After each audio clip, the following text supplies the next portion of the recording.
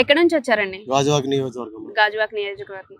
So Janasena 12వ ఆవిర్భావ సభ ఎన్నికల్లో గెలిచిన తర్వాత మొట్టమొదటిగా జరుపుకుంటున్న సభ ఎలా ఉండబోతున్నాయి ఏర్పాట్లు?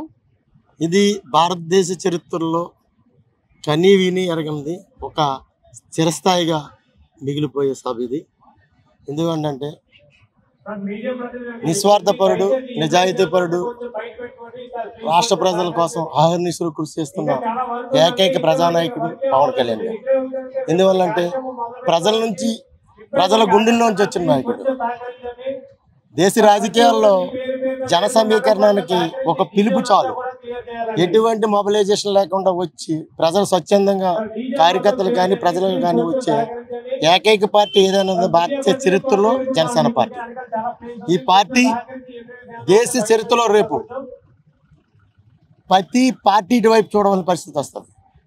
దేశ రాజకీయాలను తిరగరాసే నాయకుడు ఈ ఆంధ్రప్రదేశ్ నుంచి పుట్టాడు.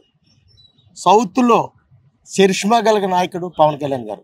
ఇది భారతదేశం పవన్ కళ్యాణ్ గారి వైపు వస్తుంది. గత ప్రభుత్వ పరిపాలనకి ఇప్పటి ప్రభుత్వ పరిపాలనకి ఏదైనా డిఫరెన్స్ అన్నది ఉందా? అభివృద్ధి అనేది జరుగుతుందా? అభివృద్ధి చూపించడం కోసం ప్రజలకి అందుబాటులో ఉండాలని గ్రామీణ అభివృద్ధి శాఖని అతను ఎంచుకున్నారు. ఎందుకంటే పల్లికి ఈరోజు నిర్మాణం చూసుకుంటూ రోడ్ల నిర్మాణం బహుత్తరమైన కార్యక్రమాలు చేశారు పవన్ కళ్యాణ్ గారు. అతను ప్రతి వ్యక్తికి అందుబాటులో ఉండాలి. ప్రతి రోడ్లు plus industry development, irrigation development అభివృద్ధి చెందినప్పుడే రాష్ట్రం డెవలప్ అవుతుంది. ఈ రెండు వాటి మీద అతను పూర్తిగా అవగాహనతో ముందుకెళ్తున్నారు. అంటే గత ప్రభుత్వంలో చూసుకుంటే ఎక్కువ పథకాలు ఇచ్చారు, డబ్బులు పొందుకున్నారు. ఇప్పుడు ప్రభుత్వం అధికారంలోకి వచ్చిన తర్వాత సూపర్ 6 హామీ పథకాలు అన్నారు, ఇంకా అమలు కాలేదు. ఫ్రీ బస్ మహిళలకి అన్నారు, అలాగే నీకు 15,000 అని చెప్పేసి అన్నారు. ఆడబిడ్డలకి 1,500 ఇస్తామని చెప్పేసి అన్నారు. ఇలా చాలా పథకాలు ఉన్నాయి, ఇంకా అమలు చేయలేదని చెప్పి విమర్శలు ఎదుర్కొంటున్నారు. దీనికి ఏమంటారు? అది వ్యంగ్యంగా మాట్లాడి పార్టీలు మాట్లాడితే తప్పమ్మా. ఒక ప్రభుత్వ అధికారంలోకి వచ్చి 1 year అయింది, ఇంకా 4 years టైం ఉంది. జగన్మోహన్ రెడ్డి గారు ఇచ్చిన హామీలు ఏ సంవత్సరంలో అమలు చేశారు? ఇవాళ గవర్నమెంట్ వెళ్ళిపోయిన గారు లక్షల కోట్ల రూపాయలు లోటు బడ్జెట్లో అప్పచెప్పింది. దీన్ని ఫిల్ఫిల్ చేసి సంక్షేమంతో ఈక్వల్గా అభివృద్ధిని ముందు దృష్టి సారిస్తున్నారు. ఎవరికైనా ఒకరోజు ఫలాలు అందిస్తే సరిపోదు, వాళ్ళకి జీవితంలో జీవనోపాధికి అభివృద్ధి చెందడం కోసం ప్రణాళికలు రచిస్తున్నారు. ఒక 15,000 20,000 ఇవ్వడం వల్ల ఫ్యామిలీ డెవలప్ అవుతుంది. వాళ్ళకి ఉపాధి కల్పించడం కోసం, వాళ్ళ యొక్క దీర్ఘకాలికంగా వాళ్ళ అభివృద్ధి కోసం ఇవాళ ప్రభుత్వం పనిచేస్తుంది.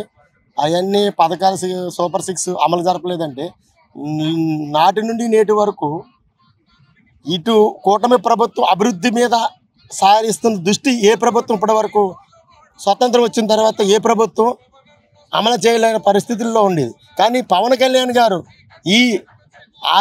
ఈ యొక్క దృష్టి అంతా గ్రామీణం మీద, అభివృద్ధి మీద పూర్తిగా అవగాహనతో ముందుకు సాగుతున్నారు. ఇప్పుడు వైఎస్ జగన్ పవన్ కళ్యాణ్ మీద కామెంట్స్ చేశారు కదా, ఎమ్మెల్యేకి తక్కువ కార్పొరేటర్కి ఎక్కువ అని. దీని మీద మీ రియాక్షన్ ఏంటండి? ఏమండి, అవగాహన లేకుండా ఒక అపరిచితుడు మాట్లాడే మాటల్ని ఎంతవరకు మనం దాన్ని ఆచరణలో తీసుకుంటాం?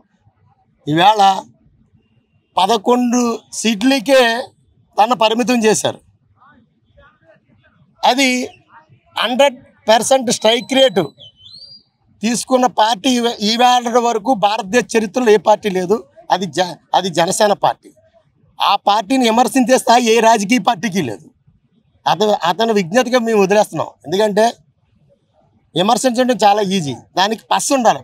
ఒక రాష్ట్ర ముఖ్యమంత్రిగా చేసిన వ్యక్తి అటువంటి వ్యంగ్యంగా మాట్లాడటం అది ప్రజలకే వదిలేస్తున్నాం. అందుకే అతనికి ప్రజలు బుద్ధి చెప్పారు.